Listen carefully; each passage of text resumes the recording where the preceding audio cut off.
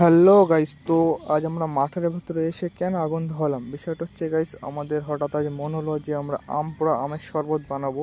তো সেটা বানানোর জন্য প্রথমত গাছের ডাল দিয়ে একটা পাখা টাইপের তৈরি করে নিলাম। তো তারপরে সবাই মিলে বাগান থেকে কলার বাসনা কিছু কাঠ জোগাড় করে আগুনটাকে ধরিয়ে দিলাম। তো দেখছো কত সুন্দর আগুনটা জ্বলছে। তো জ্বলানোর পরে দেখছো এখানে আমাদের আমগুলো সব পুড়ে গেছে। তো আমগুলো আস্তে আস্তে কাঠি দিয়ে বার করে নিলাম। তো তারপরে দেখছো আমগুলো আমরা ছাড়াচ্ছি। তো ছাড়াতে ছাড়াতে একটু টেস্ট করে নিলাম, দেখছিলাম কেমন হয়েছে। তো খুবই ভালো হয়েছে। তো তারপরে আমগুলো চেপে চেপে আমগুলোর থেকে রসগুলো এইভাবে বার করে নিলাম। তো তারপর আমরা দিয়ে দিলাম একটু চিনি, আর তারপরে ওই সাথে দিলাম একটু জল জিরা। তারপর ফাইনালি রেডি হয়ে গেল আমাদের পোড়া আমের শরবত। তো অনেক কষ্ট, অনেক কিছু করে তো বানালাম। তো খেতে কি বলবো, জাস্ট ওয়াও, খুবই সুস্বাদু এবং দারুণ হয়েছে।